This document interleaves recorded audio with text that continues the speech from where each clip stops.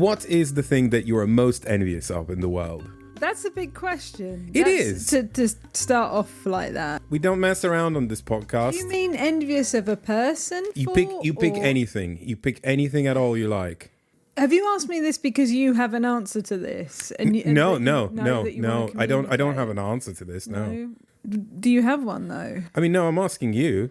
Okay, I see. I wondered if it was some kind of setup for mine is, I don't know, cheesy chips or something. I mean, it is a setup, but okay, right, I see. but not for that. Yeah, right, okay. You're jumping the gun. Okay, you're ruining the gag. Right. Okay. So, it's a joke. Oh, I see. Okay, what am I most envious of in the world? Okay, well, I don't think envy is a good quality to have, but if I had to pick something, it would probably be where people know themselves really well and they're very self-confident. Does that make you green with envy? No. No? Well, what a shame. Because, Elaine, this episode is all about green, because we have green games. I see. That You're so unimpressed. Yeah, because that was quite a deep philosophical question that you sprung on me. Well, that was the joke, but you had to overanalyze it, and then you ruined it. Well, that's me. That's what I do. I overanalyze jokes and ruin them. Welcome to Talk Cardboard, a podcast about board games and everything adjacent, with Elaine and... me, Efka, and also I have a dog on my lap, so Bessie as well. On today's episode, we'll be protecting the wilderness of the future in Earthborne Rangers, gathering the most valuable trees in Forest Shuffle, and talking with a specialist in oxygen in Planta Nubo. Plus, we have an interview with Sonny Liew, whose comic the Singapore Arts Council withdrew funding for potentially undermining the authority of legitimacy of the government. So that's going to be good. I say that in the intro of the interview as well, but they'll get a double dose of... Well, we should really talk about these things, shouldn't we? First, though, we really seem to have sparked something when we spoke about contentification in a previous episode. Oh, here we go. So here's one of the emails, and we'll do a few more as the podcast goes on. Andrea writes... I think you are onto something very true when you talk about contentification. My idea is that simply Kickstarter and crowdfunding in general is purely a marketing tool. Its overwhelming success in being a main funding source for many publishers has created an imbalance that causes the marketing decision to affect production and even design decisions. I guess I'm assuming that before Kickstarter marketing came into play, on a later temporal stage, after or towards the end of the production and design stages, and I might be wrong. But given your parallel of Kickstarter contentification as compared to internet media contentification, I see crowdfunding as the new medium that is strongly shaping its message. I agree. And I'm not going to add much to that because I'm just going to let that stand, because I think that's a good thing to say. But also I did want to say that in the last episode we said, in our next video is gonna, talk about that specifically. Well, 2 videos later, it's still not that next video, but the next video should actually be the video where I talk about that. So stay tuned for that, I guess. Let's talk about our first game. Earthborne Rangers comes from publisher Earthborne Games by designers Andrew Fisher, Brooks Floger-Livet, Andrew Navarro, Adam Sadler, Bradley Sadler, with art by Joe Banner and Evan Simonet. I think a good place to start would be to say you had some expectations of what Earthborne Rangers was going to be, and they weren't quite met. Do you want to talk about that a little bit? I don't know where to start on this. I think I just got a very different impression. I really, really, really wanted to like this game because I love the ethos behind this game. I love the idea that everything is sustainably made. As Andrew spoke about in an interview in the previous podcast episode. I love the idea that you're playing these forest rangers that are trying to help the environment and work with it, right? I like the ethos of this very much. I just thought that this gave me the vibes when I read up about it of Artisans of Splendent Vale, or maybe even Oathsworn, something that is freer than Oathsworn, but where you're travelling around, helping people, doing different things, and the decisions that you make change the future of the game. Well, let's just be clear. It's nothing like either of those games. I mean, the vibe maybe matches a little bit Artisans of Splendid Vale but that was a lot more character driven, whereas this is a lot more emergent narrative driven. So like you mentioned, Earthborne Rangers is a game where it's set in I guess a post-apocalyptic kind of setting would make sense, but one where Earth is regenerated and the communities of the valley, which is where it's like the narrative is located, they've kind of more in tune with the world and approach it in a more sustainable way, right? But of course, you have these echoes of past technology that has been created, maybe even in our future, and how it works in this world. Intermeshing with a very nature-driven environment. I like that. I think it's a very cool vibe, but mechanically, it's a lot more similar to something like Lord of the Rings, the living card game, or Arkham Horror, the card game. And it is primarily driven by that idea of you constructing a deck from cards, much like you would do in Magic the Gathering, say, or any of the other competitive card games or living card games or any kind of derivative. But it is a cooperative game and it is a campaign game. The one thing that really appealed to me from a kind of a idea standpoint is that you don't have any real set objectives for how you succeed or how you fail. You just pick what you want to do and you progress. So we've played, this is a first impressions, we've played a few games and also the prologue, and we got a good feel for, how this game shapes out in broad strokes and how you maneuver through it. But definitely not enough to kind of put down a very concrete review and a concrete opinion. And I think we both have some thoughts. I think you are a lot more negative towards it than I am. So let me begin with what I've really liked about the game. Please do. So I think whilst mechanically the ethos is this, kind of card thing, and, you build your deck, you draw some cards, you see if you can achieve what you're trying to do by playing cards, and then there's a push your luck mechanism. But the narrative ethos of it is much more akin to something like Sleeping Gods, where you're also given a big map and, the map says, hey, go there and do whatever. And then there'll be narrative prompts, right? So that's also present in Earthborne Rangers. But there's much less narrative prompts, and there's much more that sort of emergent narrative that just happens through the cards that you interact with in the game. So anytime your round begins, you will draw from this constructed path deck, which usually corresponds to the type of terrain that you're traveling in. So if you're traveling through forest, you will shuffle like all the forest cards into this path deck. But it also depends on the location that you're going to. So if it's just like a regular location, you'll shuffle in 3 random cards from this preset big chunk of cards, and you might encounter these people or locations or whatever as you're exploring, the path. But if you're traveling to a notable location, then it will have the cards from that notable location. So it will have various characters and buildings or what have you that you find in that place. So each time around begins, like I said, you do draw these path cards, 1 per player. And there's a potential to draw more as well. And they could be things like a wall hunt, which is just like a wolf, but future wolf, or it could be a deer or something like that. And they have various tags. Like, for example, so the wall hunt would have predator, and the deer would have prey, right? And the clever thing about this game is that these enter various areas. Some of them might be in front of you, which means like you're sort of responsible with dealing with it. And some of them will go along the way, which is where everyone can interact with these. Not so much that they interact with these, but that they affect everyone. And then when you're trying to do something in the game, often what you will do is tests, which is that push your luck mechanism. You will spend some energy that you have available based on who your character is, and there's 4 types of different energy, And like stats. Yeah, like stats. So there's spirit, there's awareness, Focus. things like that. Yeah. And you'll also be able to pitch some cards from your hand, a la Arkham Horror, the card game, if they also have matching stats.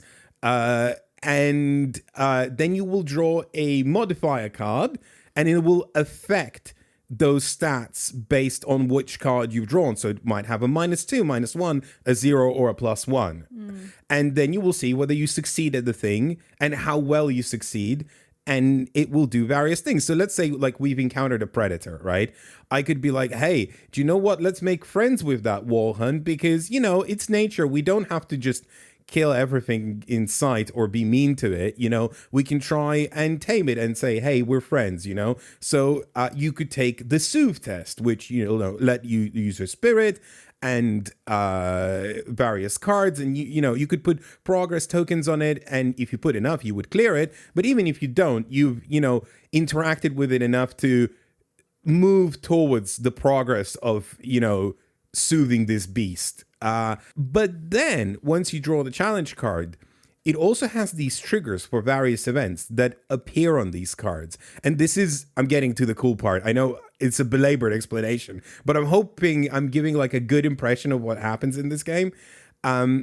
So all the cards that are in front of you or in front of all the players that match this challenge trigger and have an effect, they will resolve. So for example, if there is a prey card and its challenge thing activates, it says, oh, if there's a predator, that predator, attacks the prey, but it becomes exhausted. So suddenly the predator is no longer in your way because it jumped to attack the deer and now it's like, trying to chase it or whatever. So it's no longer bothering you. And that's kind of how this emergent narrative in the game happens. There's a lot of weird various triggers that will happen and interact with things that are in play, and they will all behave with each other. One of the really cool things in the prologue that happened was we were being escorted by this I guess ranger captain. So we're rangers, we're training to be rangers. We just basically graduated to be rangers, and we're kind of like a mentor. Yeah, like we have a mentor, right? And there was a predator like nearby, and because she was around, right? She was like, you know what? I'm just gonna shoo this predator away, right? Like I'll deal with this for you. And that was like a neat little moment of a thing that just happened that didn't necessarily have to happen, but it was part of our game and part of our story. And so things evolve naturally in this game in a way that I haven't quite seen in other games before. And I think that was a really big part of the draw and the appeal. And the other thing that I liked is that sort of, you kind of do whatever you want to do thing. You pick what sounds interesting to you. Like you have some missions, but you don't have to follow them. You can go off on your own and find your own missions and do different things. And I haven't explored much of that aspect yet, but that's one of the things I'm looking forward to, coming back to Earthborne Rangers and finding more how that works. What, just choosing which different location you want to go to and kind of not following the main breadcrumb trail and just exploring. Doing the side quests. Yeah, exploring the world and kind of seeing what comes about from that. Yeah. Let me also say the things that I liked about this game. So one of the things I really liked was that quite often when you have a narrative in a game, in my experience, the narrative, you don't have to pay that close attention to it. It's just giving you some kind of flavour to what's happening and giving you context to what's happening, which is fine. But in this, you really have to pay attention to what is being said because there is no specific path that you are told to go down or specific quest necessarily that you are told to do. The narrative is giving you like hints of, okay, you could, maybe we could go to this place, like you might find this thing in this place, it's that kind of where you have to really pay attention to what is happening. Do you know what was funny? When we were doing the prologue, it was the opposite of that. It was it held your hand very, very tightly, right? And then suddenly there's this moment where it just drops you from the nest, right? And I was not ready for it. I was like... And you, I don't know what to do. I was like, well, it says this. And then she was like, but it doesn't say what we should be doing. I was like, it's fine. This is what it's saying. You know, I was like ready to go look up FAQs. I know you were. You're like, I'm going to BGG. I was like, no, it's fine. Like, this is all right. It was hilarious. We can handle this. Yeah.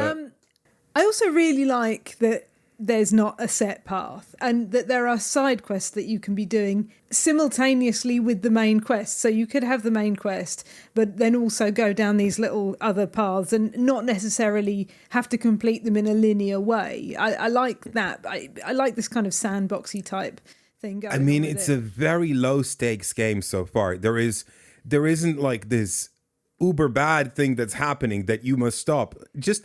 I'm going to spoil the very first quest that you get, but it's fine because it's spoiled by the learning materials anyway, so you will know going in. But your very first quest is to go and hand out some cookies, right? That's all you're meant to be doing.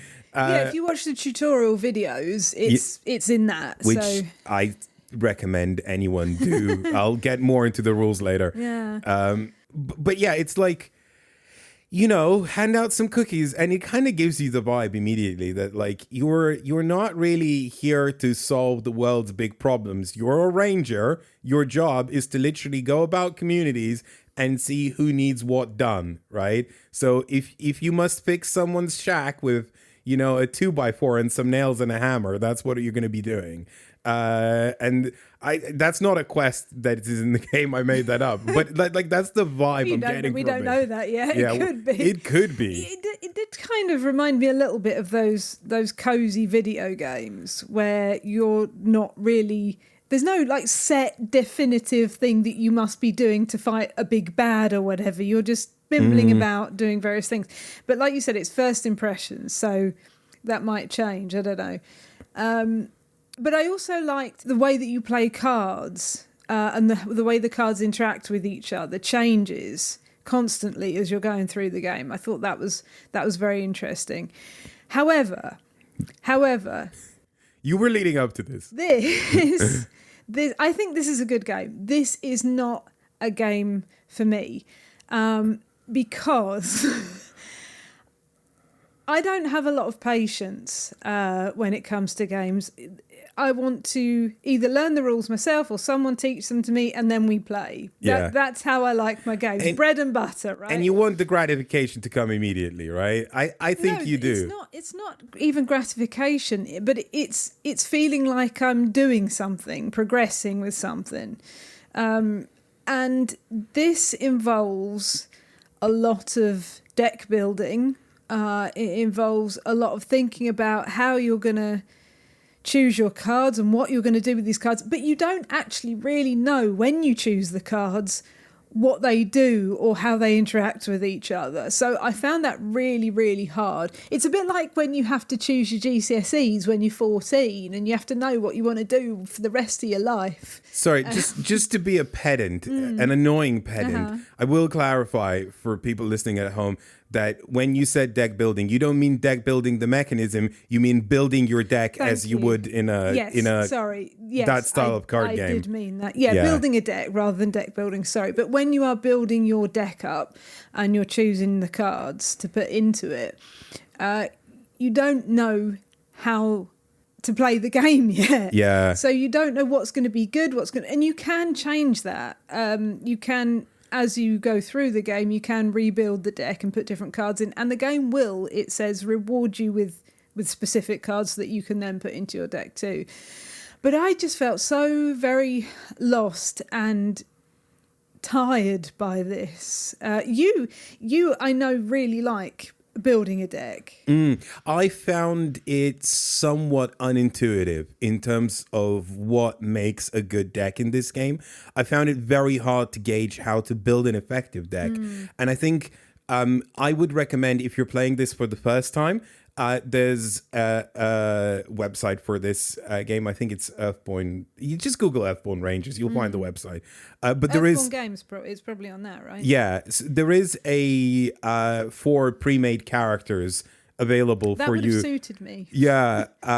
However, frustratingly, you have to play through the prologue to get like with the story, right? And honestly, I would also recommend playing the prologue Yeah. because it gives you an idea of how this game actually shakes out. Because it's hard to gauge that from the rulebook and the learning materials. So it forces you to build your deck, right? As you're experiencing this game. And it kind of does it in a neat way because it's like saying, hey, who do you think your character is? And what would they put in this deck, right? What represents them? And conceptually, I think that's really cool.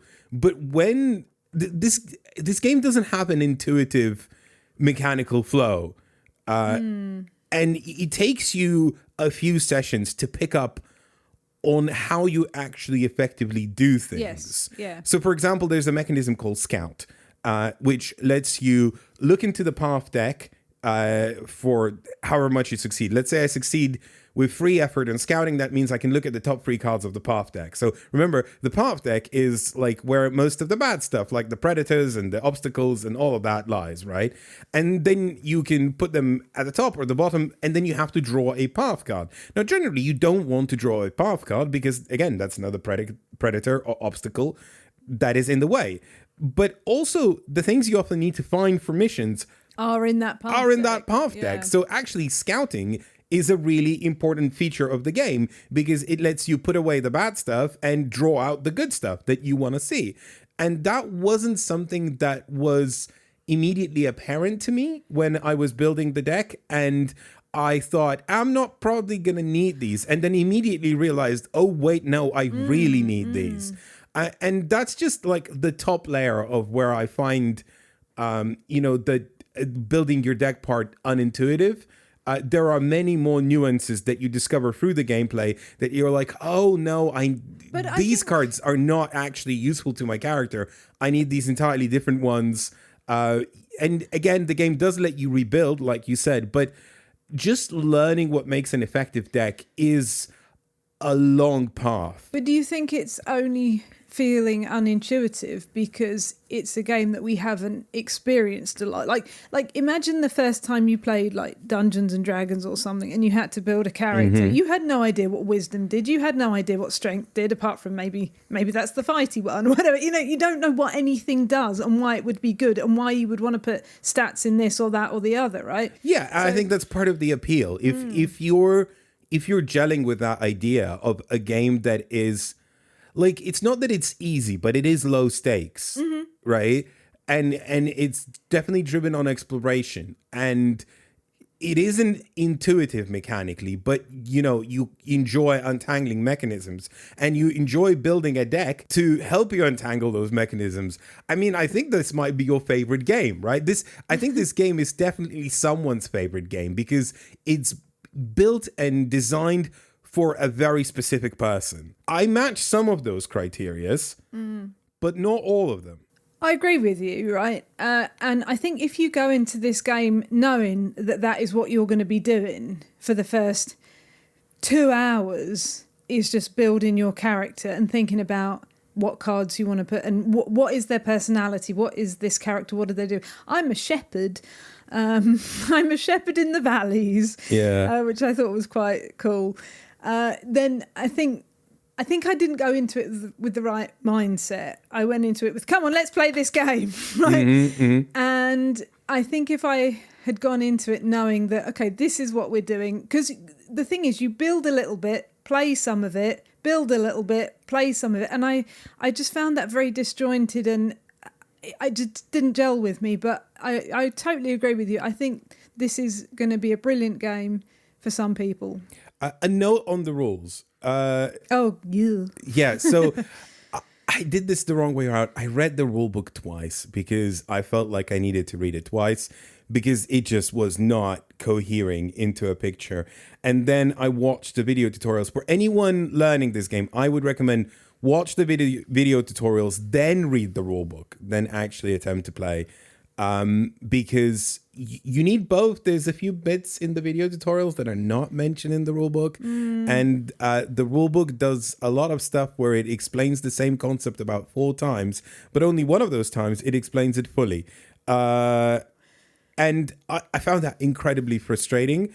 And not only that, I found that actually, whilst you feel like you've internalized the rules, when you play, because the system is quite unique and honestly quite hard to describe, especially in a podcast, you end up with rules vagaries that are quite nuanced and specific, that are not properly explained in the rules material.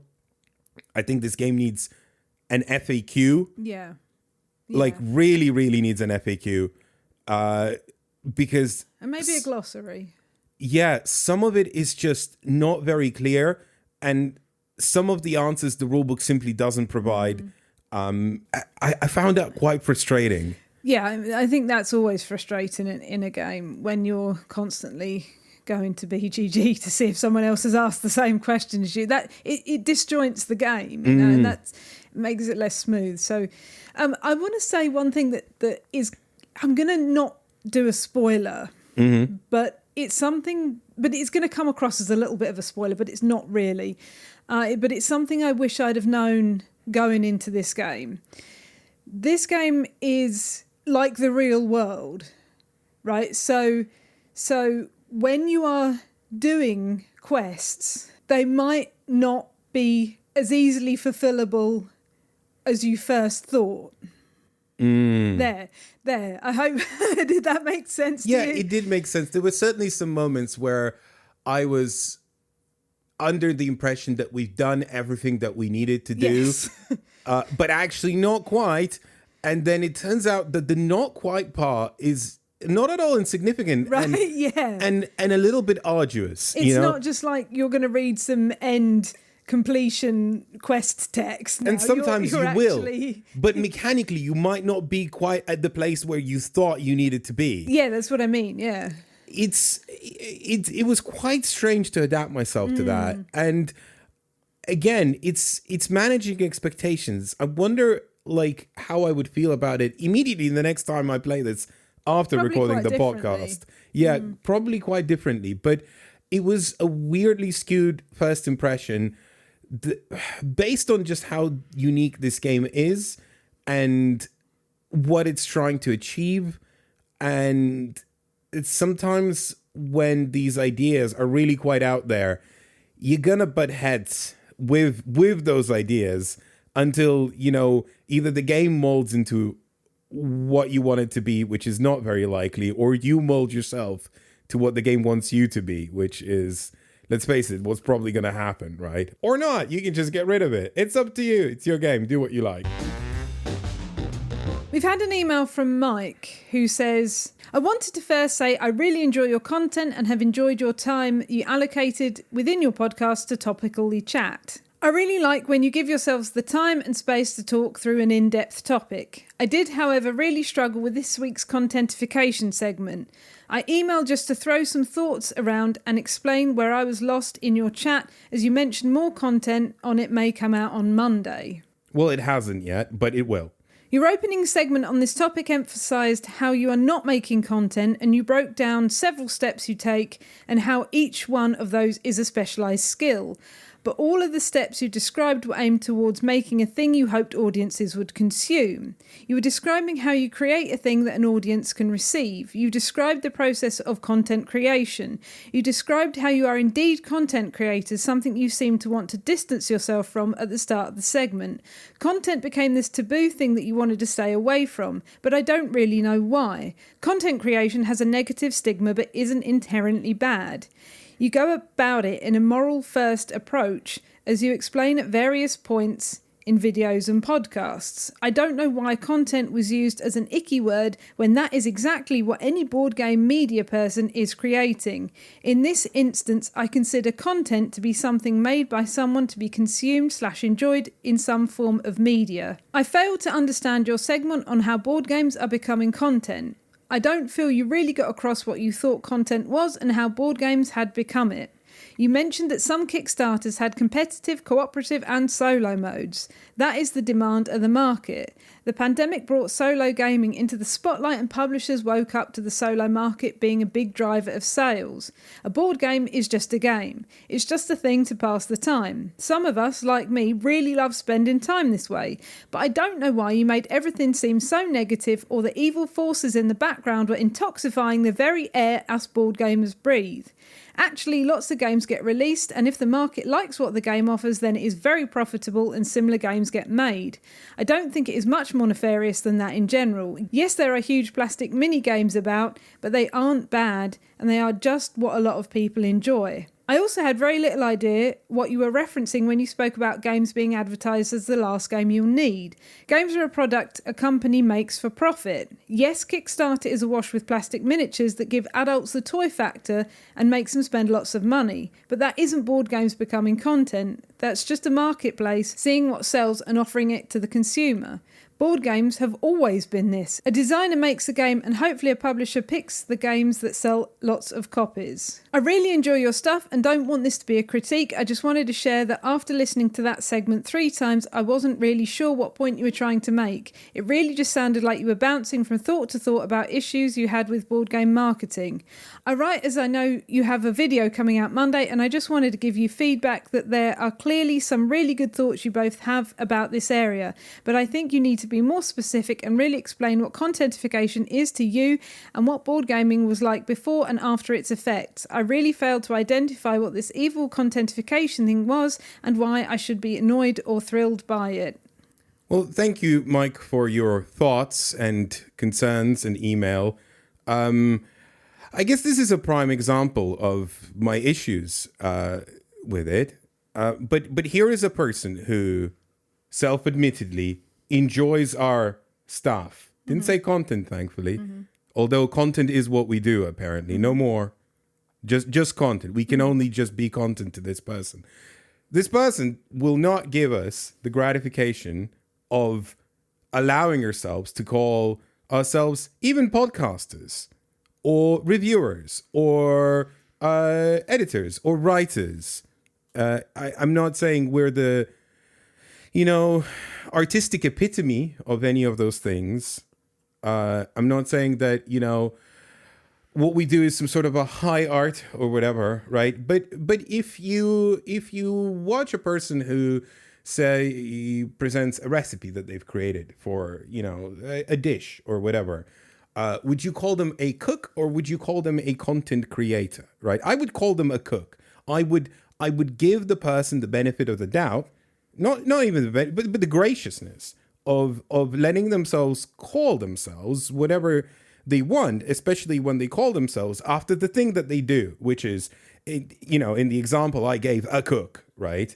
But as soon as they put a recipe on YouTube or on Twitter or on TikTok or whatever, do they really have to be a content creator, or can they just be allowed to call themselves a cook? Can I allow myself, to call myself a reviewer, for example, and not a content creator, which is a demeaning word. And it's demeaning precisely because, a lot of social media platforms want us to demean ourselves. They want us to be less than what we are. Why is a person who's plumbing as a job allowed to call themselves a plumber, but I'm not allowed to call myself anything more than a content reviewer? Because content is all that we do. And all we do is for you to consume it? No, thanks.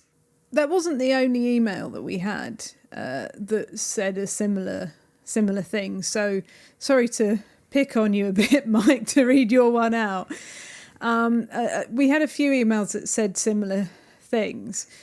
And I think I agree with you, Efka, that we should be able to not just fall into an amalgam of content. Because if I want a board game review, then that's something very specific. I don't want a first look at a lipstick. They're very different things. Even if you're, if you're into board games, right? A person who makes videos that are playthroughs are different to a person who makes reviews about board games, right? Or teaching tutorials. how to learn, to play a game. And sometimes these things overlap. Sometimes someone will make a playthrough and give a review or do a tutorial that is a playthrough, right? But can we just not, please, be relegated all to the same thing? Because when specificity dies, then the point of all of this dies. I don't want to make content. I want to do what I do, and I want to be recognized for what I do. I'm not saying what I do is some sort of a marvelous, amazing thing, but please give me the decency of just this normal human thing where a person is allowed to call themselves by what they do. But my point really was that when you group everyone together, you don't evaluate them on their own merits. So if you evaluated someone who did a first look at a board game or a lipstick or whatever on reviewer, like as a reviewer, it wouldn't be a very good review. But they might be really good at getting across the excitement of what is in that box or whatever. Or if you just called a musician a content creator, then what are they? Jazz? Are they pop? Are they rock? What are they? Like, it doesn't tell you anything about them. And so you evaluate people on the same merits when you really shouldn't be. Do you understand what I mean? Yeah, there is I do, a danger yeah. of grouping people together and not giving them the benefit of what they are strong at. Yeah, because you're then empowering the people who make the money off the person doing the thing rather than the person themselves. Yeah, rather than the person doing the thing, right? So if you do actually, as you say, enjoy what we do, please give us the graciousness of allowing ourselves to call ourselves what we want rather than what the general bland label is. Still to come, we have Planta Nubo and our interview with Sonny Liew. But now let's talk about a game that is the first in a line of Lookout games sporting the Lookout Green Line label, which I think sounds like a bus route. Forest Shuffle comes from publisher Lookout Games by designer Kosh, with art by Tony Yobet and Judith Piella, and graphic design by Clemens Franz. Elaine, there's a bunch of dead bodies on the floor, and we need to figure out who killed them. That's not this game. No, that's not this game, but that's what this game has done. There's a bunch of dead bodies on the floor. Okay, yeah. The names are Wingspan, Terraforming Mars, Ark Nova, Earth. They're all dead. The culprit, Forest Shuffle. Not to be coy. I don't think this is necessarily going to be true for everyone listening. But I think this, at least Wingspan, this game just very confidently surpasses, in my humble opinion, in every regard, because the experience that it offers is similar. It is a Race for the Galaxy style tableau builder. Now, having said that, it is much lighter than almost all of the games I mentioned, maybe about Wingspan level, but the decision space and the fun and interaction and that general tableau buildy goodness. Oh my, Forest Shuffle, I think it's a star. I think this game is great. I think I'm in love. I like it. Did I mention I enjoy Forest Shuffle? It's true. Once or twice. But you said this may not be true for everyone. Yes, okay. So let's not pretend that your word is... No, it's just my word. It's just how I feel. I think... so to give a broad impression for those familiar with the genre, right? What it doesn't have is the sort of added craft that games like Ark Nova and Earth add, where it's not just cards, but it's also all these other mechanisms. When you say craft, you make it sound negative, though. Well, okay. And in my opinion, it is unnecessary because, again, when I play Ark Nova, it's interesting. It's a good game, because there's the cards themselves, where you're like kind of building the zoo and there's these like hexagonal Tetris pieces that, you're putting together to make sure the enclosures are next to each other. But the cards themselves, I don't find that fun or interesting. Like, they have a lot of abilities and there's certainly ways of being good at that game. But like the core, that card core isn't as good as I want it to be. And Hardcore. Yes, cardcore. Hardcore. Yeah, which is, you always look back to games like Race for the Galaxy and you go, why wouldn't I just be playing Race for the Galaxy, right? Because like the card play is so satisfying. And I look at Forest Shuffle and now I go, why wouldn't I just be playing Forest Shuffle? Because the gameplay is so satisfying. Now, I'm not saying this is better than Race for the Galaxy because it's hard to do that, but it's certainly a lot more approachable than Race for the Galaxy because this game is very easy to understand, but that decision space of like, oh, which cards do I play? Which cards do I leave? Is really, really fun. But in case you're not familiar with any of the games that I've just been discussing, I'll give you a brief overview of Forest Shuffle and hopefully you kind of understand what's going on. So you're building a forest. Not literally, not like with a hammer and nails and a 2x4. Wait, what? No, that doesn't make any sense. Like, why would you be building a forest with trees that you've chopped down to turn into planks, and then you're building? What? I know. No. It's like feeding a cow a burger, right? It's just not okay. I mean, the cards are, they're made out of paper. They are, which are made out of trees. Yeah. Yeah. Okay, so you're building a tableau of cards that represent a forest. There you go. Right? So there are sort of like basically two types of cards in this game. There are tree cards and then there are not tree cards. And when they're not tree cards, they are animals or like mushrooms or insects or butterflies, all kinds of things that live around trees. Moss, I think, is one of them as well. Bats, yeah. I love bats. Yeah, there's moss. Yeah, there's moss, right? So it's fauna and flora, basically. They live around trees. There's no flora. Moss is flora. Is it? Moss isn't no. What is moss? Isn't moss one of those things like a mushroom that isn't one or the other? I don't know. Anyway, we're getting into some weeds. Oh, funny. So there's two types of cards, and on your turn you can either play a card or you can draw some cards, Ticket to Ride style, right? But there's some clever quirks there that are happening that I'll get into just a little bit. So first of all, to play any of the non-tree cards, you have to have a tree to play them to. So when you play a tree, right, you pay for the card's cost with other cards. So that's fine, you just discard cards from your hand. So if a tree costs 2, you discard 2 cards. Right, sounds simple. You place the tree, right? The tree might have some sort of effects. You trigger them. Cool. Might have some scoring conditions. Like, for example, there is, what was the tree called? I can't remember. We were both trying to get Chestnut? Yeah, it was a chestnut. Some kind of nut tree. Yeah, it was a chestnut. So if you have 1 chestnut, it's a point. If you have 2 chestnuts, it's 3 points, and so on. That kind of thing. Sliding scale, right? Birches, you want to have at least 4 or something like that. Then they'll each score you 5 points or whatever. They have scoring conditions and various effects. But then you have these flora fauna cards, maybe not flora, depends on the status of moss, that you can play tucking them underneath a tree. And the clever bit is that each of these cards is sort of split into 2 parts, and it's split either horizontally or vertically. Elaine's laughing. Yeah. I don't know why. Hear. Okay. I can hear that. So, for example, if a card's split vertically, on one side, let's say it's going to have a rabbit, on another side, it's going to have a bat or whatever, right? So you tuck one of those sides under the tree, so it's not actually visible. And the other card is the card that you actually played. So each card must go under a tree.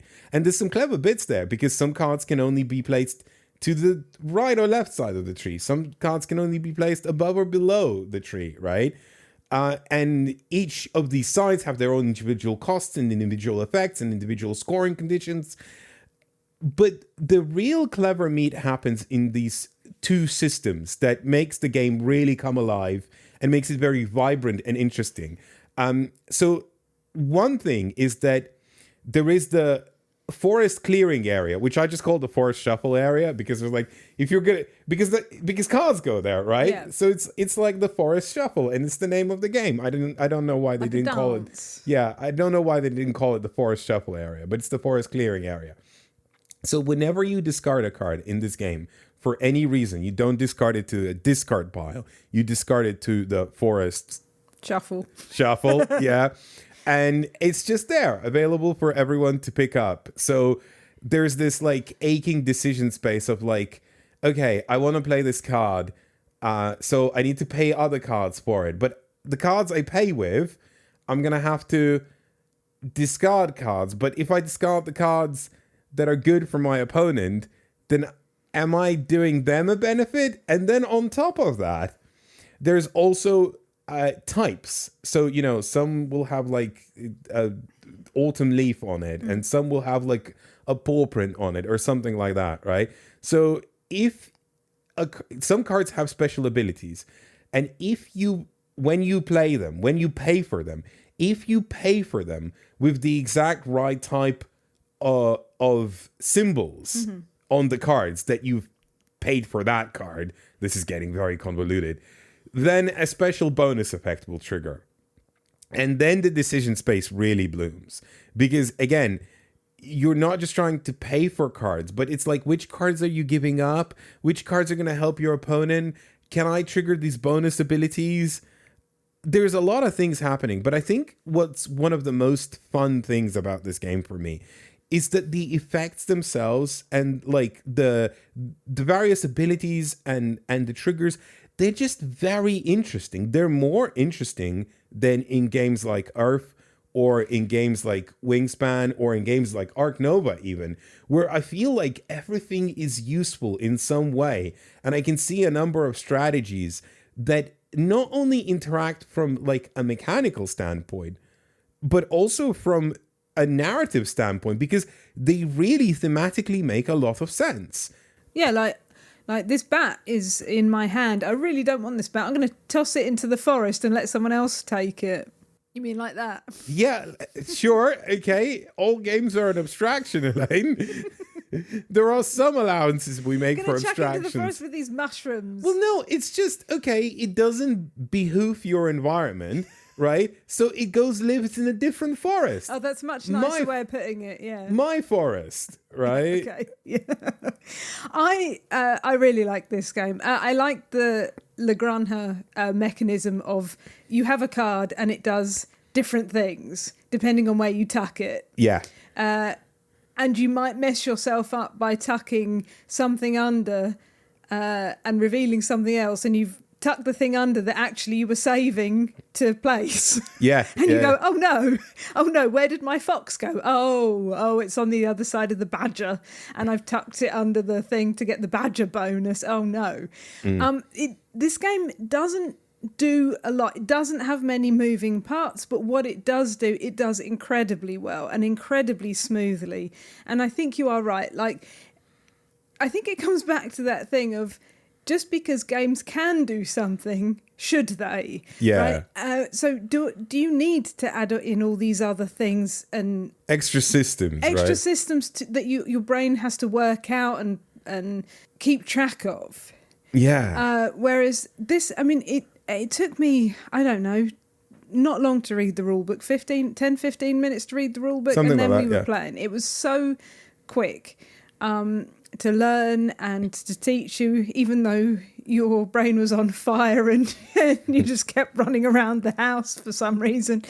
It was really quick to teach and to learn, and it was not long to play, but was it? No, it was about like 40 minutes or something like that. Yeah, you looked like you were going to disagree with me then, because your eyes were... No, I just remembered the winter cards and how brilliant they were. I really enjoyed those, yeah.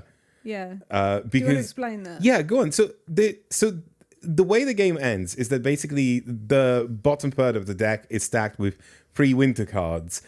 One is on top. One is on top, One is on top of the bottom third. Right, and then the other 2 are shuffled in randomly to that bottom third. So when you draw the first one, nothing happens. When you draw the second one, nothing happens. When you draw the third one, the game ends immediately. Like, no one gets an extra... Like, you don't even get to finish your action. That's it. The game ends. It's done, right? Count up. And winter has come, and that's what you've got in your forest. It's such a cool moment, because when you draw the first one, you go... ooh, you know, like a shiver runs down your spine. And then you draw the second one and you're like really on the edge of your toes, because it could end any moment. Literally the next card draw. And it did. I kind of thought, I'm just going to see if I can get this card to put in this place, because that will give me an extra, I don't know how many it was, 5 points or something. And it did not come out. I just drew the winter card and the game ended immediately and I did not get those points. I did mention that there's a lot of fun interactions on the cards and that they like kind of embolden the narrative. And just to give an example of that, there's, for example, a rabbit card, right? And so the rabbit card just says, oh, it scores like a point or whatever, right? But you can stack multiple rabbits on this same one tree, on this same one side. And of course, there's rabbits on the left side and on the right side. So sometimes you draw a rabbit on the right side and you've already got rabbits on the left side. And you're like, oh, okay, that rabbit's no good for me. Tree. Yeah, oh. Yeah, go away because I don't want you. And so you can stack multiple rabbits, and 1 point is not a lot. Like, if you're only getting 1 point from a card, that's not great, right? But then you have a fox, right? Yeah. It scores you 2 points for every rabbit, because of course the fox is going to want to live in the forest. With the rabbits. Right, yeah. And then there's foxes that are on the left side and on the right side. And it's almost like they're made to live on the same tree. They don't have to. You can have like multiple foxes and you can have multiple rabbits, right? Because you have multiple trees, and it's just so much fun. You don't have to have the animals that interact with each other on the same tree. They just have to be generally in the forest. And there's a lot of, that's just like one very niche interaction between two specific cards. But cards interact in a lot of like parallel ways, and you can like kind of see yourself building different paths every game and see like the strategy trees and and the various available, kind of like combinations that you could do, like, oh, I could go this way and that way and that way, and sort of build like a smorgasbord of various different scoring conditions that you are going for. It's a lot of fun. Sorry, I interrupted you. No, go on. It reminded me a lot of Race for the Galaxy, but with an aesthetic, which we should talk about in like a moment, and presentation that was much more appealing to me.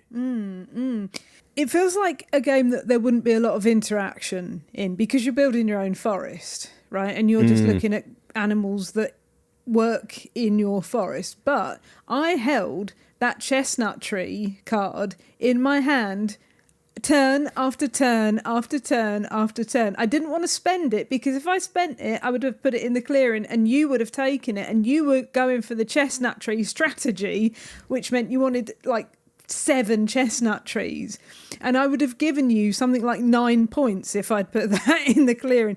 So I just kept it in my hand until I drew another one. I thought, if I never draw another one, or if I never get another one, doesn't matter, it'll just live in my hand. But if I do, that's some points. So there's different strategies that come out as you're playing, and what you're keeping back and what you're drawing and what you're placing in your forest.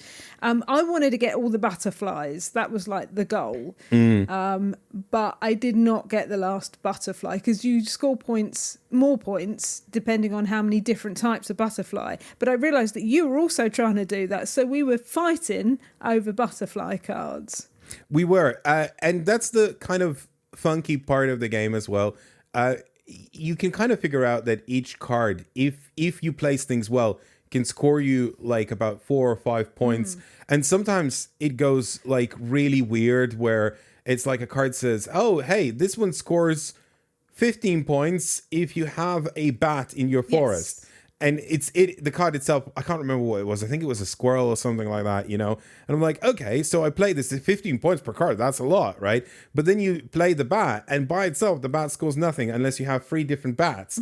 And so then you're like, okay, so now I'm on the bat game. And then you get the 3 different bats, and then you go, oh, okay, these together will score me 15 points. And you go, wait a minute, so that's 30 points from 4 cards. Now I divide that by 4, it's still a good gain, right? Yeah. And it's kind of like, will I achieve multiples of these things that I'm gluing together? Will I get my butterflies? Will I get my chestnuts? Will I get my bats? Will I get my deer and wolves? Will I get my rabbits and foxes? Will I go for the bonuses from the mushrooms? There's so many things happening that you can glue in many different ways. And it's a lot of fun. I really enjoyed it. What was cool though, and I don't know if you agree with this, is so there are a lot of cards in this. And you go through them very quickly, right? So it didn't feel like something like Ark Nova where you're trying to get the second petting zoo animal or whatever, and you just can't get it because you keep drawing and it's just not the card you want, because you're building up different trees. And you can place as many trees as you want, so you can start new kind of mini strategies over and over and over again. So I never felt like I was waiting for a certain card to come out and just biding my time until it did. There was always something to do. That's because a lot of games like this try to have this unique selling point of every card is different and unique and does something else. And you're like, okay, but does that make for a good deck that you play cards from, you know? And Ark Nova does this. Like, all the cards are, completely different, I think. Where's the guinea pig? I really need the guinea pig. Yeah, and this game is unafraid of having repeating cards. But I think it's actually better for it because it allows you to make more consistent strategies and kind of understand what you're going for.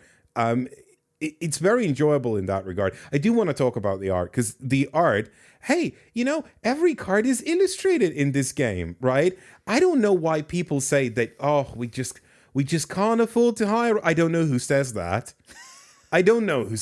But some people say we just can't afford to hire these artists. And here's this little game that I bought it for £23, right?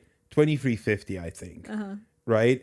So there can't be much of a profit margin on it. No. But all these cards have been beautiful, gorgeous illustrations.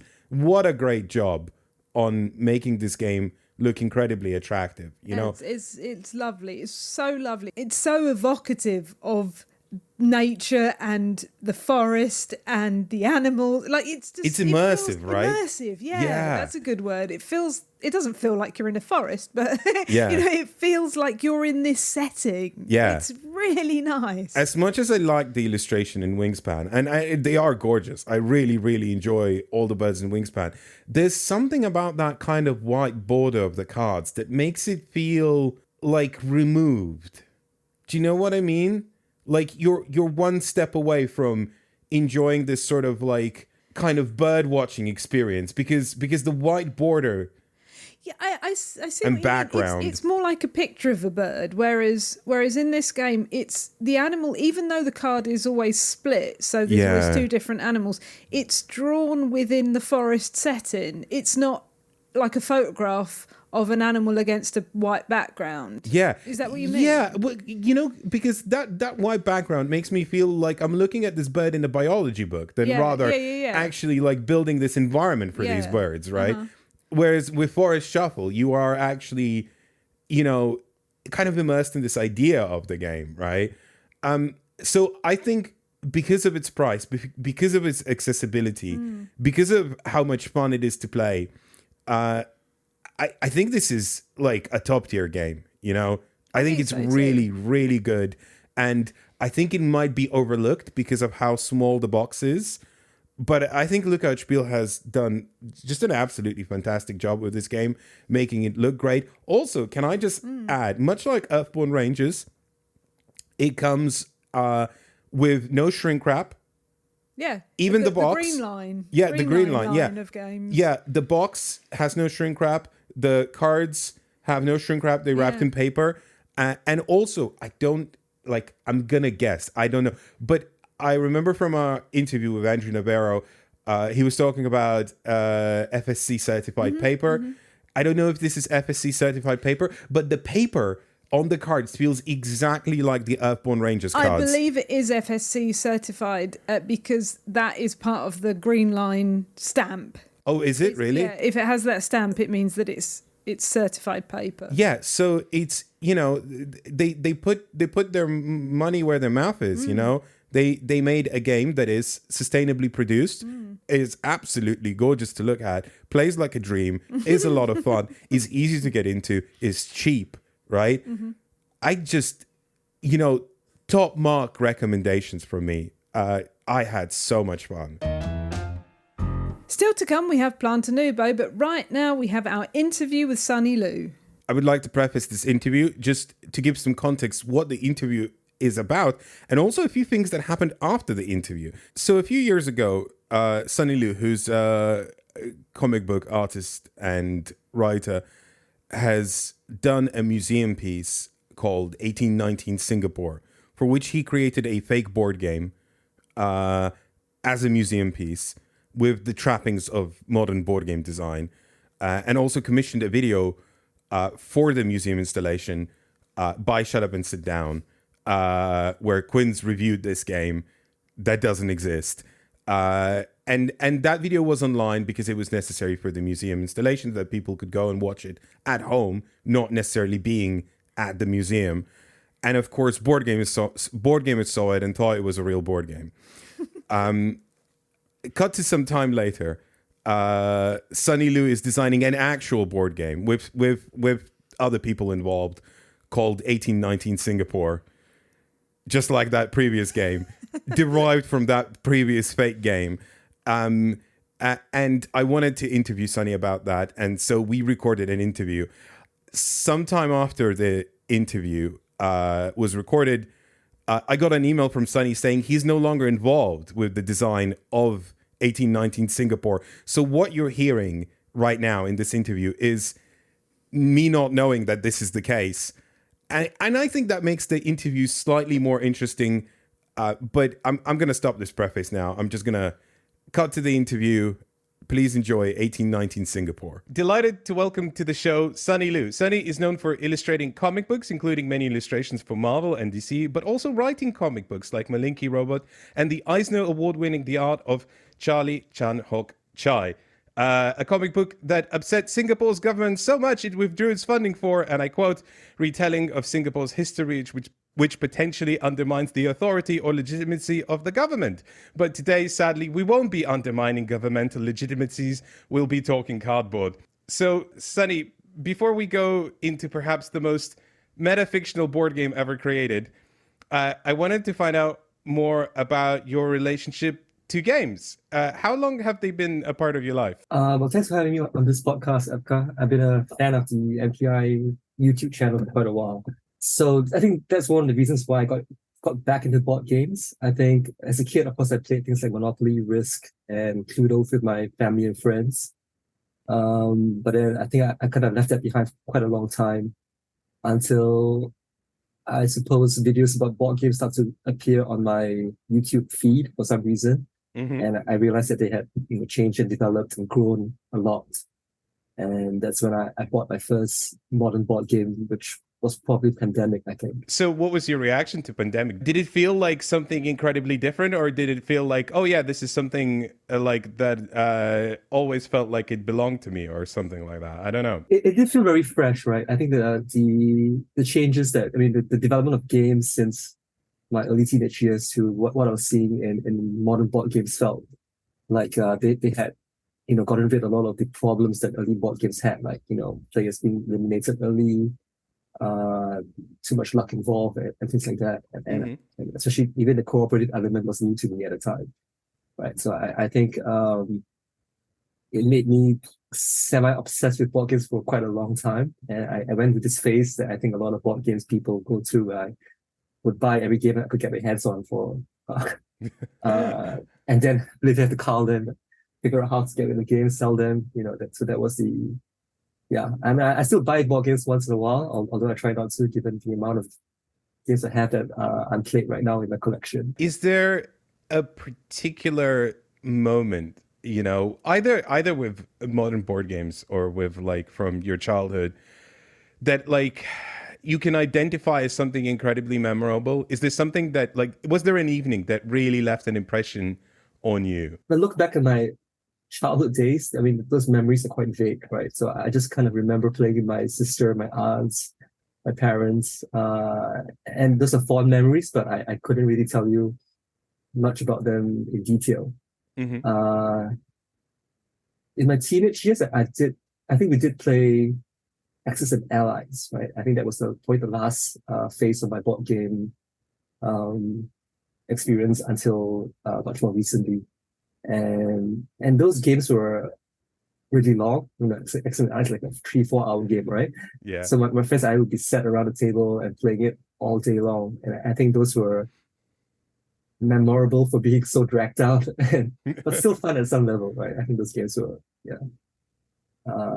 And more recently, I think it was just the sense of interaction, the sense of having friends around and playing a game, and the trash talking, the competitiveness, but also the sense of camaraderie, I think, in the experience that I always want to. It's almost like a high you get, and you want to kind of recreate it. When you think if I buy a new game, I can have that experience again. If I play the same game again, I will have that communal experience.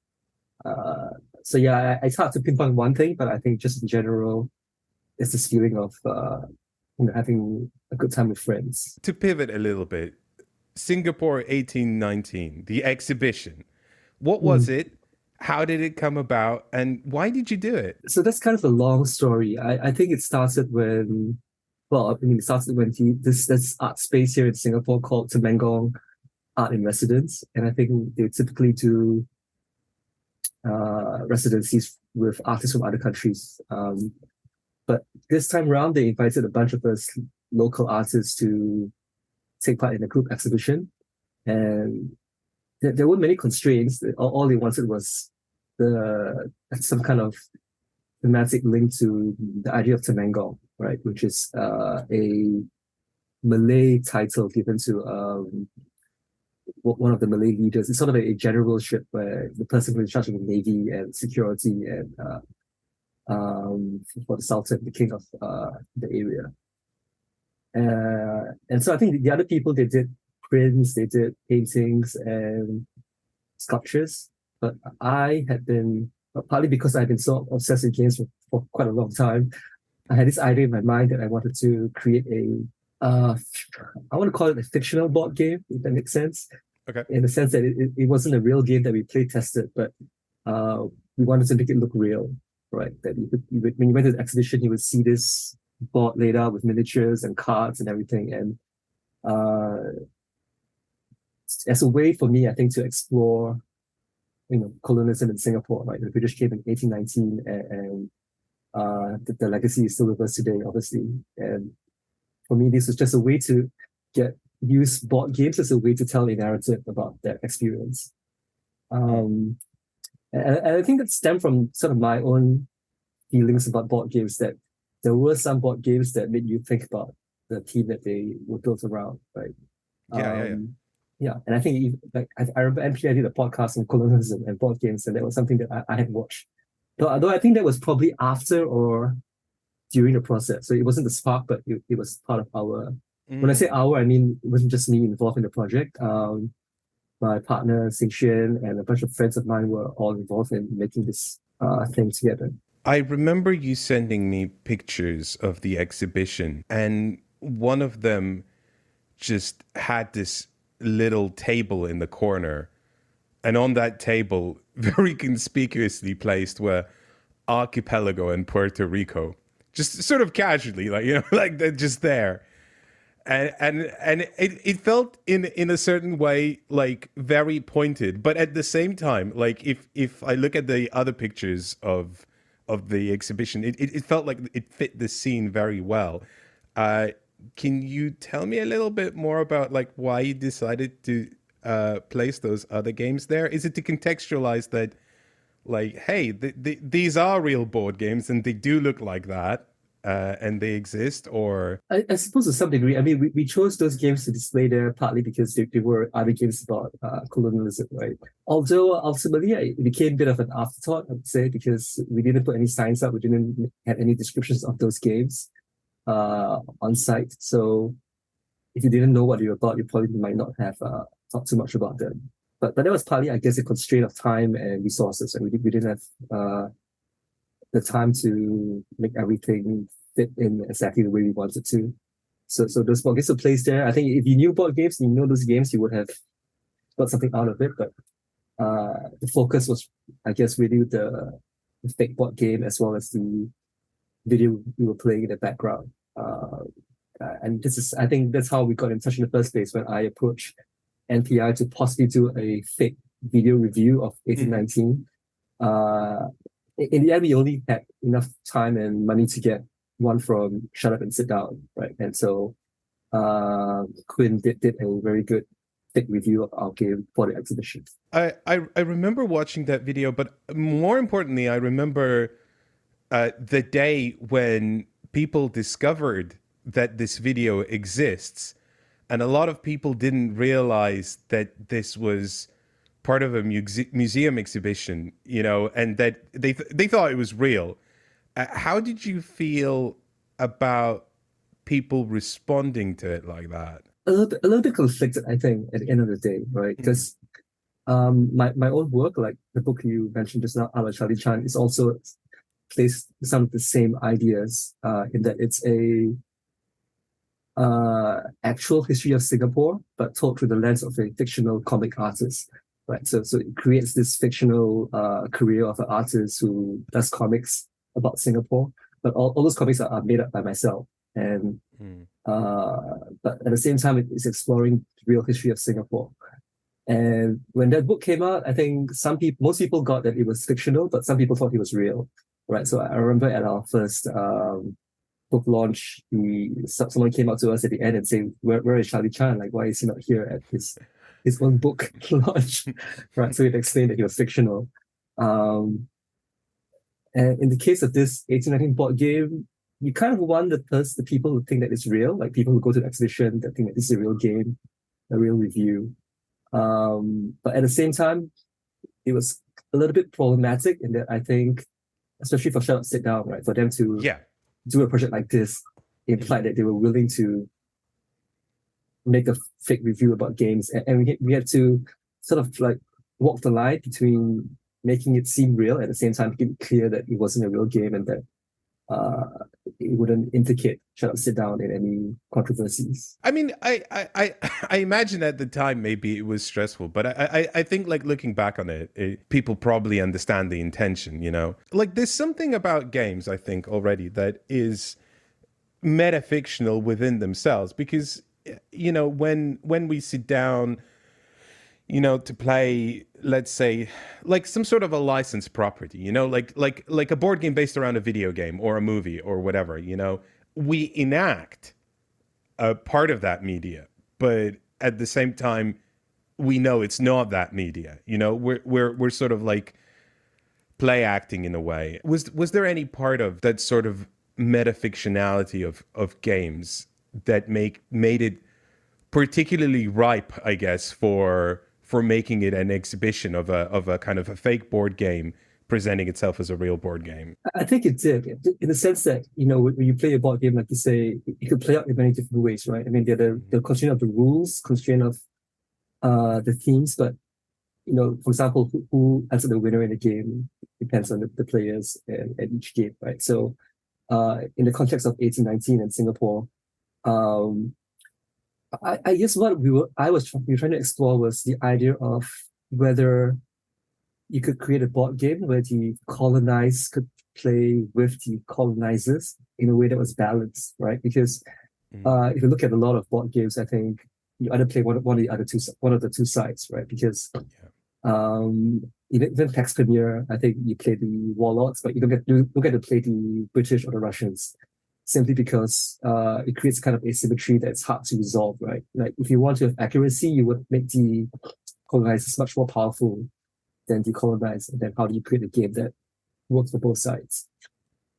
And I think the opposite would be Spirit Island, where you play the gods, deities on the island fighting up colonizers.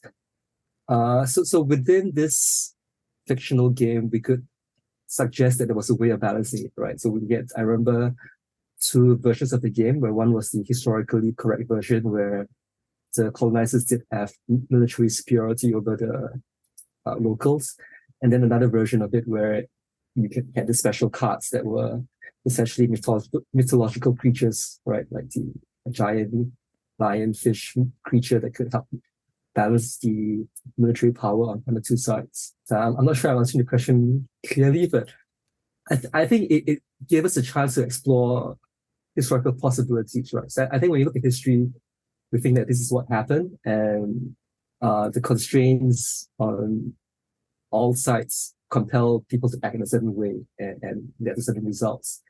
So I think we were hoping that within the board game structure, we could suggest different possibilities, right? Different historical events that could have happened. Within certain constraints, but I think trying to see what actions could be possible within something that was close to reality. Was there a certain freedom within, making something that wasn't actually intended to be played, but it looked like, it could be played? Was there a certain freedom to take artistic liberties with the idea of a board game? Or how close did you try to keep it to something that was, could potentially be played by people? I think it was clear to us that we were skipping a huge step in not playtesting, right?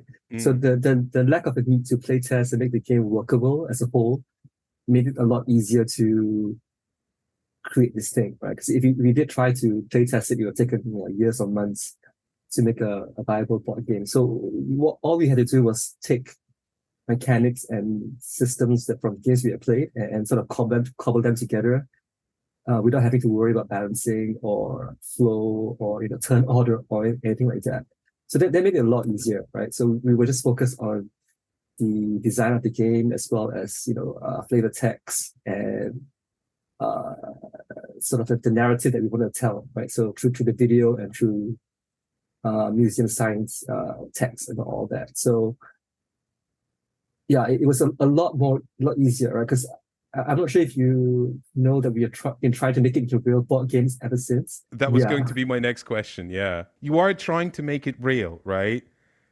Can I ask why? So I think the reactions we got at the exhibition was that a lot of people who saw it were asking us, "I wish this was real. Right? I wish I could actually play this game. It looks compelling. It looks interesting. It tells an interesting part of our history. I wish we could play it." And my friends and I guess we thought that we should try to do it. And there was enough there that we wanted to try to make it a real game. And so we spent the next year or so playtesting it and seeing how it would work. And the first version was terrible, right? When we used the existing rules, it just didn't work at all. And so we've been trying the last, I think almost about 2 years now, trying to make it workable. And I think we got to a stage where it was quite fun, but and that's when we got in touch with the worldies, right? Cole and Spreader. And in the playtest, they enjoyed it enough to sort of engage us to potentially work with us for the final version. But after several playtests, I think we realized that there were underlying issues that we weren't fixing, right? We were introducing new mechanics to address problems that were sort of teething, and it just made the game more complicated without actually addressing fundamental problems. And so we kind of had to go back and revamp, the systems. And so we're kind of in this new stage now where we're trying to play test those new systems again, right? So in a way, we felt we were closer to the end than we really were, and we had to go backwards to sort of. Yeah, can you tell me a little bit more what it was like diving headfirst into designing a board game? But not just, I guess, designing a board game, but effectively, designing something on a framework of something that wasn't necessarily intended to be played. I suppose the second part of it isn't crucial. I mean, it does kind of constrain us to a small degree in the sense that we really have miniatures, right? We have miniatures, we have certain things that we produce, and we still try to make sure that those things fit into the game, right? Whereas if we hadn't, maybe we would just say, this game doesn't need miniatures at all, given how it's going. So let's forget about it. Whereas now, I think with certain elements that have been produced, we do feel some kind of compulsion to include them in the final version of the game. But beyond that, I don't think it constrains us that much, because I would suppose that all game design start with an idea, some kind of thematic sort of design, and so those would exist in any board game development. But yeah, the process itself, it's been, I mean, none of us involved have produced games before, right? And so it's been a huge learning process for all of us in terms of how to make board games. Let's live in a world where, all the work has been done, right? It's done, it's ready, you're potentially happy with it, but it's finished. What do you hope people take away from it? So I think there are probably two separate audiences we're looking at. One is within Singapore and one is, internationally. And within Singapore, I guess we hope to, well, aside from the game being fun, enjoyable, etc., that people who play it should have a new perspective on our history, right? I think Singapore's wrestling with colonialism has been ongoing. It's been sometimes controversial. I think we're one of the few countries that embrace our colonial past when we found independence. Whereas I think most countries rejected colonialism, tore down statues. Singapore government deliberately held onto those things in order to assure investors and foreign countries that Singapore was not going to change too much, that we would continue to be business and investment friendly, right? So I think a couple of years before the project, it was our bicentennial, 200 years of Singapore history. And that was probably the first time that there began to be a conversation about the colonial past, right? In the sense that it has, I think, initially been supposed to celebrate 200 years, but eventually morphed into a different kind of history, right? In the sense that I think there was a shift in focus to Singapore being not just 200 years from British colonization, but a 700-year history that located Singapore within a longer history of the region, right? So you look back into its past as a port that existed well before the British were here. And I think 1819, to some level, would be trying to contribute to that conversation a little bit. And giving people a chance to play those roles out, playing Malay Rajas, Malay chiefs, or British agents, and getting to experience maybe the constraints that they faced and the choices that were available to them. And therefore, by playing an active role, perhaps have a better sense of at least our version of what history was like. Do you think games are well equipped to have these conversations, like as a medium? To some level, I think it does. How do I explain this? So this was sort of my conceit at the beginning, right? That when you play a game as a medium, if you watch a movie, you watch a play, you read a comic, I think the underlying structures of those mediums are not immediately revealed to you because you are following the story, following the narrative. Whereas in board games, before you can play it, you have to learn the rules, right? So in a way, the underlying mechanics, the underlying assumptions are being revealed to you as you learn the rules. So in that sense, I think there could be a way of arguing that it gives you an insight into what the designer intends, what the designer thinks is relevant to you call it a simulation of a given period, a given scenario.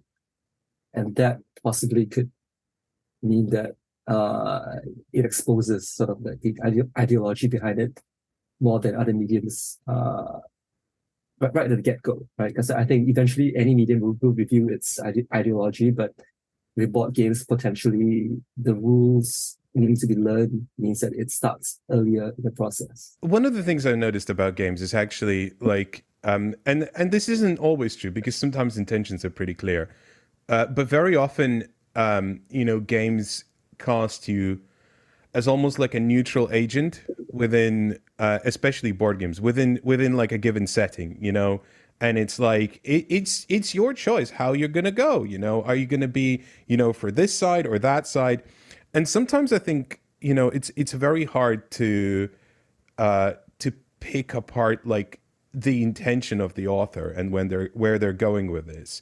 Did you have to use like any if you did, what was it? Something to make your intention slightly more overt, with what you're trying to say about Singapore with your game. So I think you're right. I think that possibility of the mechanics showing ideology is probably a choice. I think there's one designer who's very explicit about his ideology, right? Everyone criticizes the PAX guy, what's his name? Phil Eklund. Phil Eklund, right? Phil Eklund, Yeah. right? So he's very explicit about it. But I think you're right that the designer has a choice in making those choices explicit, or whether it's sort of hidden or even unconscious, subconscious within the game itself. But in terms of getting across the message that we're trying to convey, I think it was probably primarily through the video that we had played on a large screen at the exhibition. So we spoke to Quince explaining what the experiment was about, and he helped to craft a fictional review that could be watched, I think, within 10 minutes in the exhibition. So you could kind of process what was going on, and it was put on YouTube as well for people to go watch it at home later on if they wanted to. Mm-hmm. And so I think a lot of the messaging was embedded within that video. Yeah, because I mean, since you can't play the game, you can't possibly experience the gameplay and all those things. So we had to rely on the video to explain the ideas that we were trying to explore. I look forward to seeing more of Singapore 1819 when it appears as a real board game. Almost like Pinocchio. Thank you very much. Thanks, Afghan. Let's talk about our last game of this episode. Planta Nubo comes from publisher The Game Builders by designers Mike, Odie and Uwe Rosenberg. Mike Keller, Odie and Uwe Rosenberg. It said Mike on the box. Okay. On Board Game Geek, they're listed as Mike Keller, but on the box it says Mike, Odie and Uwe Rosenberg. I see. Love it. What I don't love is Planta Nubo, sadly. So much in the theming of this episode, it is set in solar...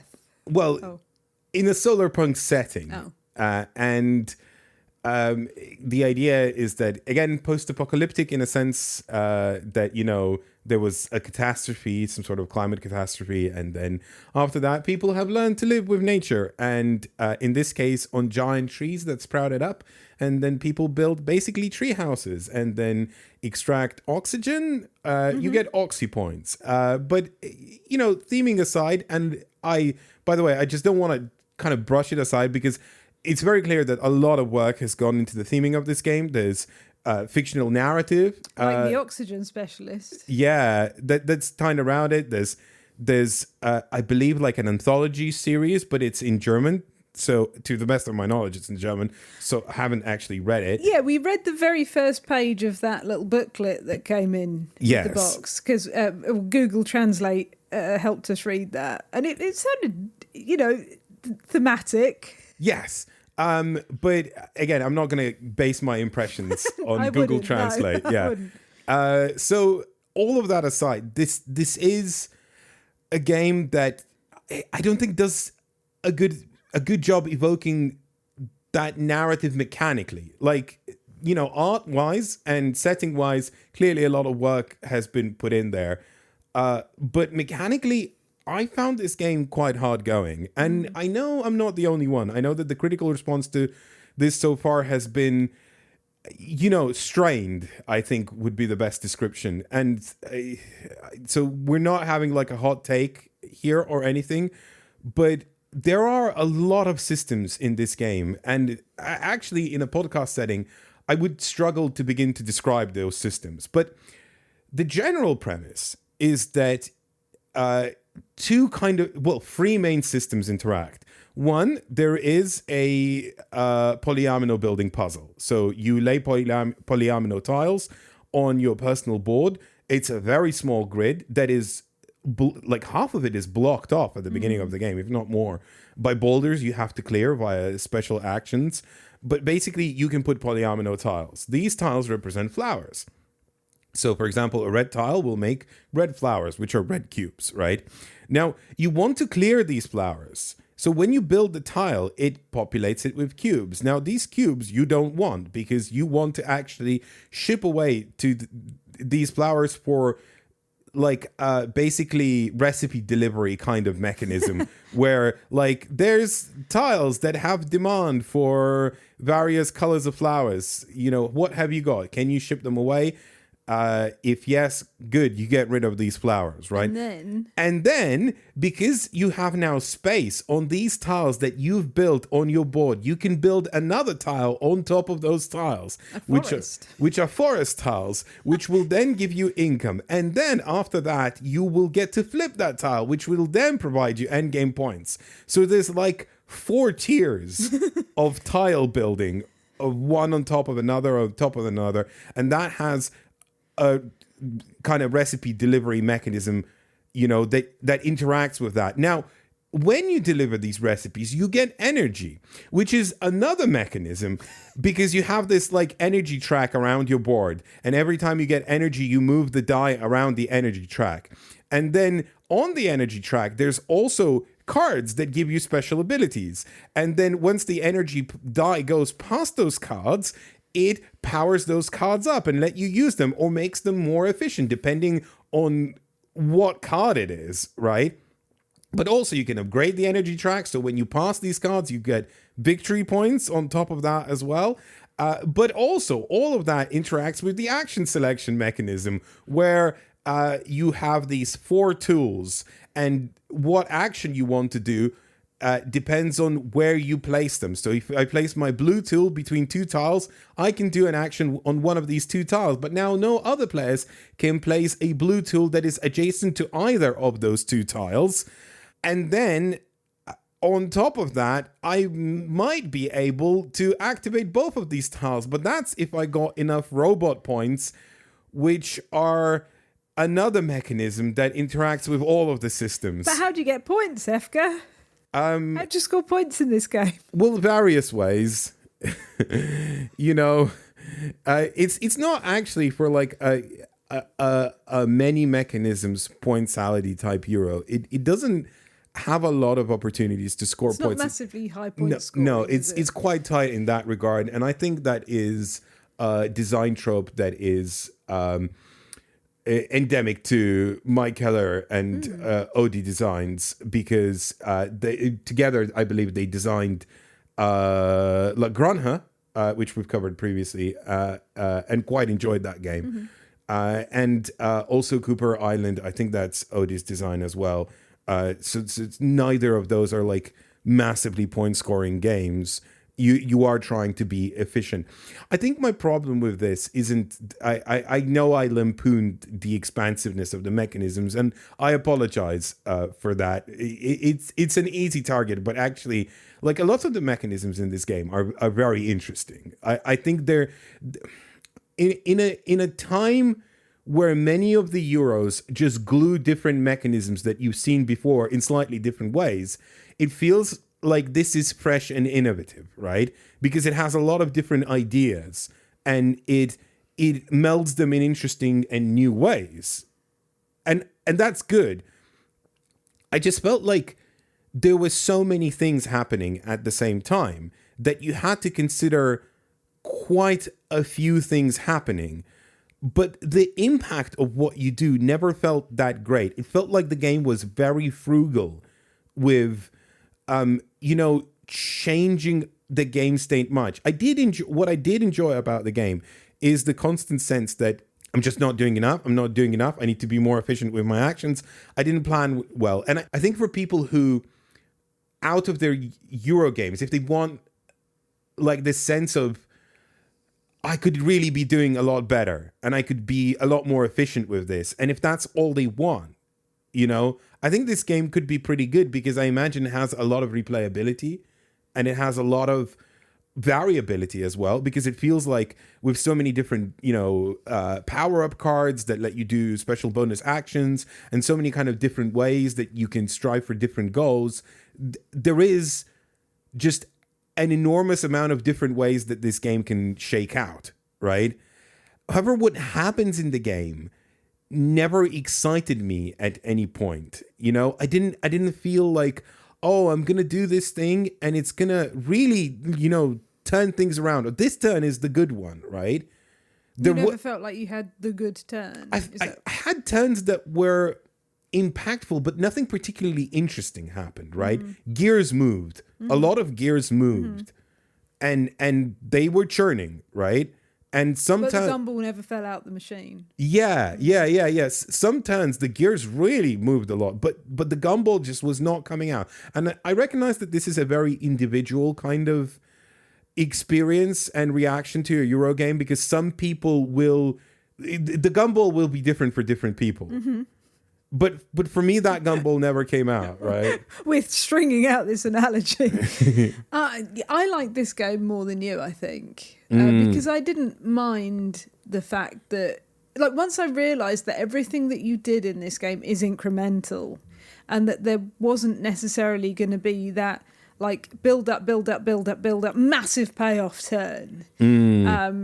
Free, because I thought I was playing it wrong. I thought, why am I not getting that? Like, why am I not getting the dopamine here? Why am I not getting this big turn where everything comes up Millhouse?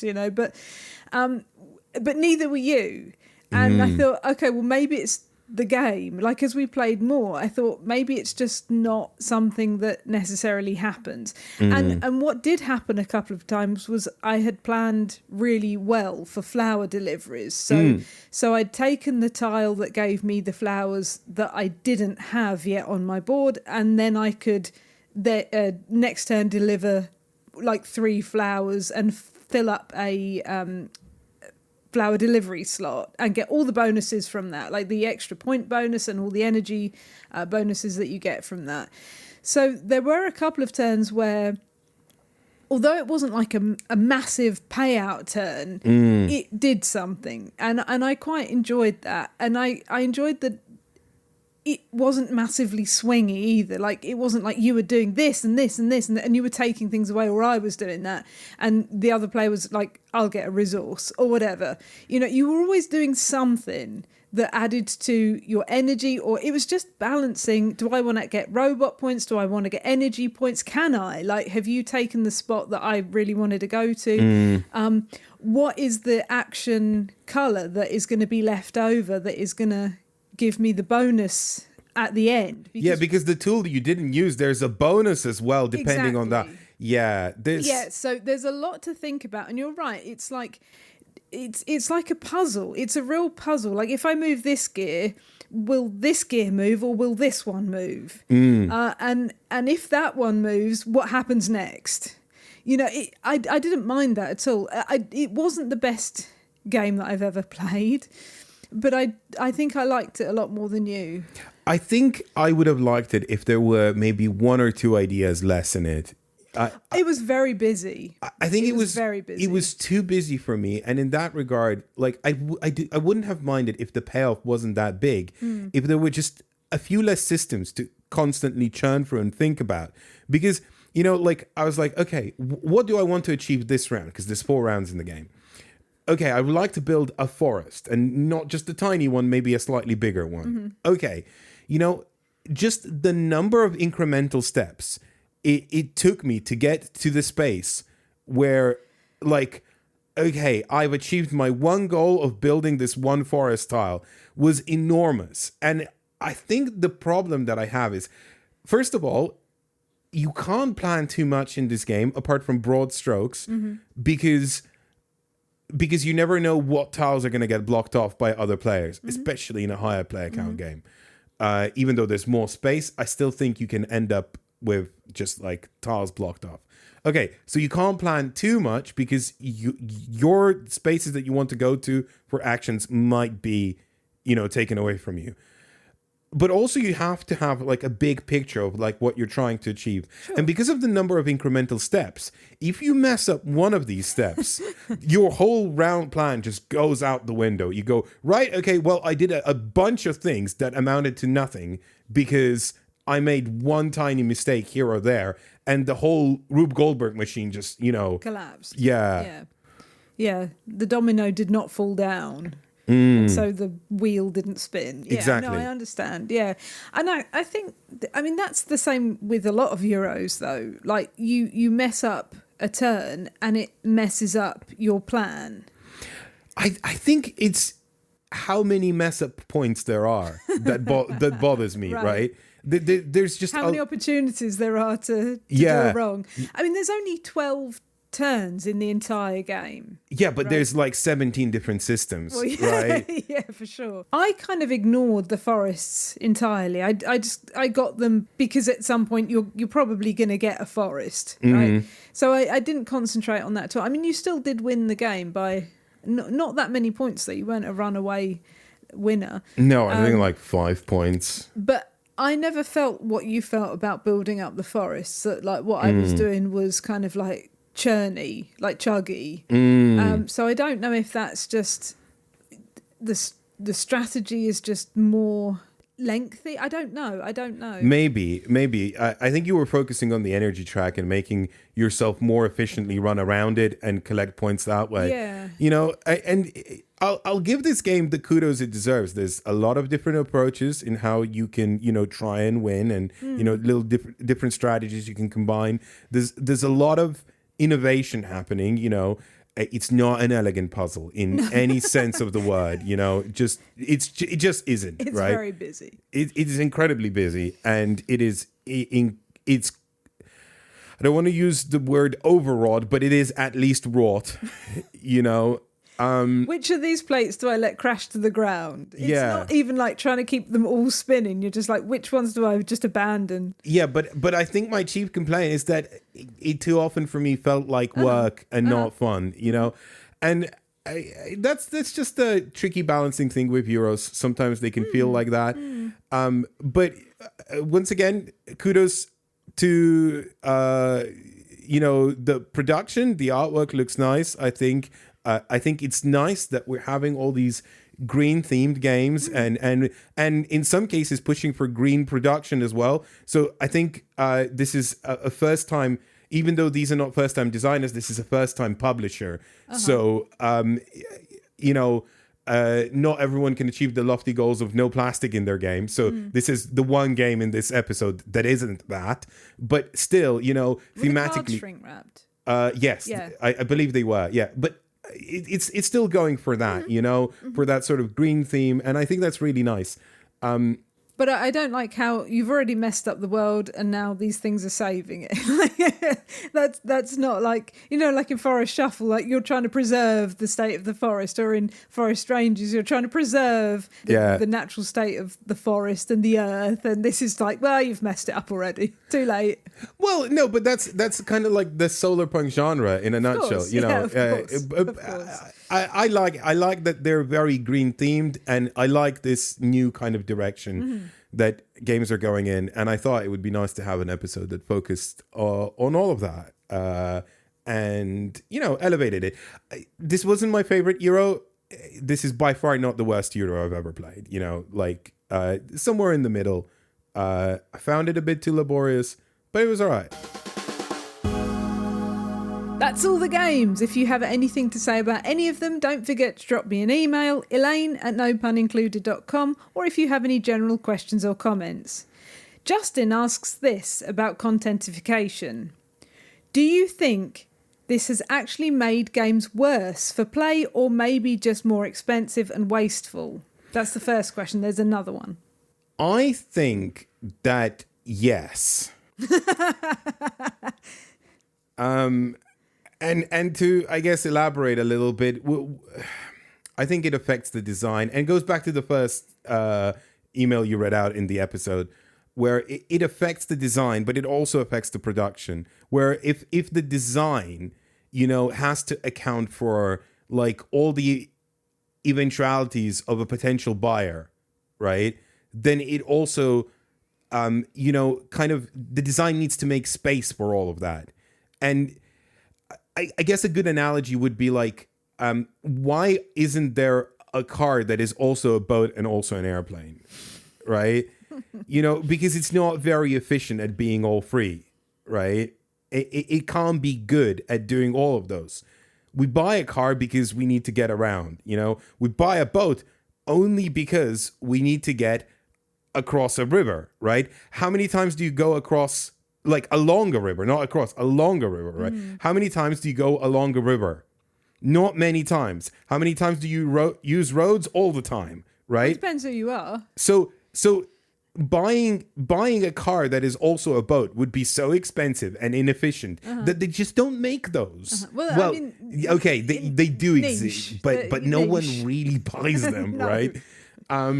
No one needs a hovercraft, and it's very bad at getting across roads, right? Well, So that's why they don't really exist predominantly, right? Because it's much better to just buy a car and pay for a boat trip if you need one, or a ferry or trip, take a bus, or then take a boat trip. yeah, right.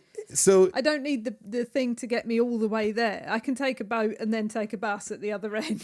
exactly. So if you apply this analogy to board games, there's a reason why you don't make a board game for everything. People. Yeah, because it won't excel at any of the things, and the good part of it will suffer, right? So A, it makes the games more expensive and more wasteful in terms of production, and B, it hampers down the design space. They also ask, what role do expectations play in enjoying a game? Do you play games with low expectations of enjoyment? I know I enjoy books or movies more when I have lower expectations of them. In contrast, I generally have a high expectations of games I play since I have spent time researching and then money buying them. I ask because you didn't enjoy Vindication, which is a certain reviewer's favourite game, and as such probably began playing the game with high expectations. I don't really know who the aforementioned reviewer is. Well, they did mention them in the email, but I chose to redact okay, that. well, you can tell me after Okay, I will. Yeah, I have no idea. Yeah, no, I don't know. I honestly, I try to not have a lot of expectations. A lot of the times, if we pick up a game that's not like new, right, then it will be kind of based on word of mouth and general interest, and what drives me there is like, well, we should probably have a look at this, just to keep up with the kids, and other times it is that general interest of like, hey, this is coming out, this looks exciting, let's see what it is. I try not to get too hyped up about things. Sometimes I do. Like I had pretty high expectations of a couple of games this year, and I had pretty low expectations of a couple of games this year, and there were moments where they surprised me a lot, and then there were moments where the ones where I had high expectations for disappointed me, and you kind of have to internally outweigh that. But I guess if the question is this something we consider and think about, the answer is yes, but does it happen often? The answer is no.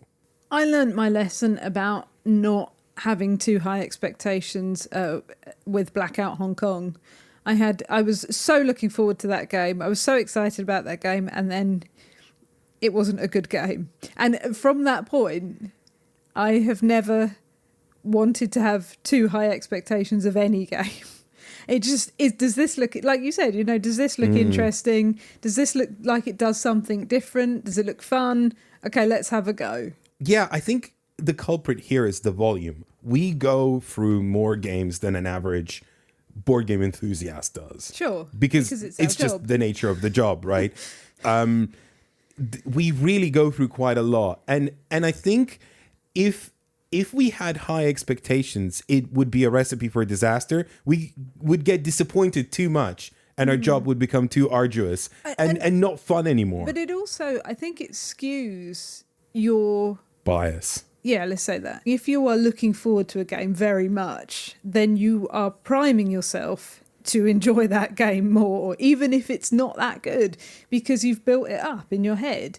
Or if there is a game that you think, oh, this doesn't look very good, then we probably won't even look at it. Yeah. Honestly, because like you said, we have so many games that we have to get through. If there isn't enough game time. looks awful, then we probably won't even have a look at it. With the rare exception that sometimes you just want it to be good. Like, you kind of, it's probably not going to be, but you kind of hope that it is. Like what? I don't know. Like Lords of Ragnarok, for example, right? Like, I kind of hoped that it would be good, I really had this like little like, hey, I really wish, there was, you know, something here that sparked something, but But again, that just that's wasn't. looking at it in a different way. Like you want it to be good. You think it might do something interesting or different or fun. You allow it that chance. Yeah. Right? Yeah. You give it like the opportunity to surprise you. But then if it doesn't, it doesn't, you know? That's just the way it is. Thank you so much for listening. And finally, Efka, what is the game of the episode and what will be on the bonus episode this week? Ooh, okay. So the game of the episode is Forest Shuffle with a caveat. I will say that Earthborne Rangers with more plays has the potential to maybe really blossom into something, right? So tentatively Forest Shuffle. I agree. On the bonus episode, we are not green. We are, in fact, wasteful. We will be talking about Dead Reckoning, which does have a lot of plastic, but is also surprisingly a game we've enjoyed quite a bit. So if you want to tune in for that, we'll be discussing Dead Reckoning. We've also got a couple of Button Shy games we're going to take a look at, specifically Revolver Noir, which is a board game implementation of an old video game called Spy vs. Spy. Not official, right? But the spirit is there. And also Mint Julep, which is a horse racing game. And as you know, we like a horse racing game, even though we don't like the horse racing. If you want to get access to the bonus episode, all you need to do is subscribe to our Patreon, patreon.com/nopunincluded. You can give us a little bit of money every month, and every time there's a main episode, you will also get a bonus episode. And with that, why don't you say goodbye to horse racing, Elaine? Goodbye to horse racing, Elaine. Goodbye to horse racing, Elaine.